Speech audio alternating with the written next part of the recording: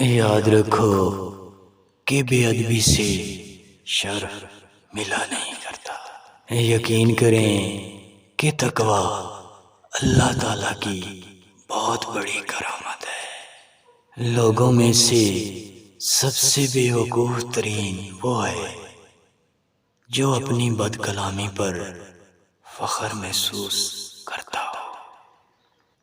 یقین کریں کہ دولت کے بھوکے شخص کو کبھی بھی راحت نصیب نہیں ہوا کرتی۔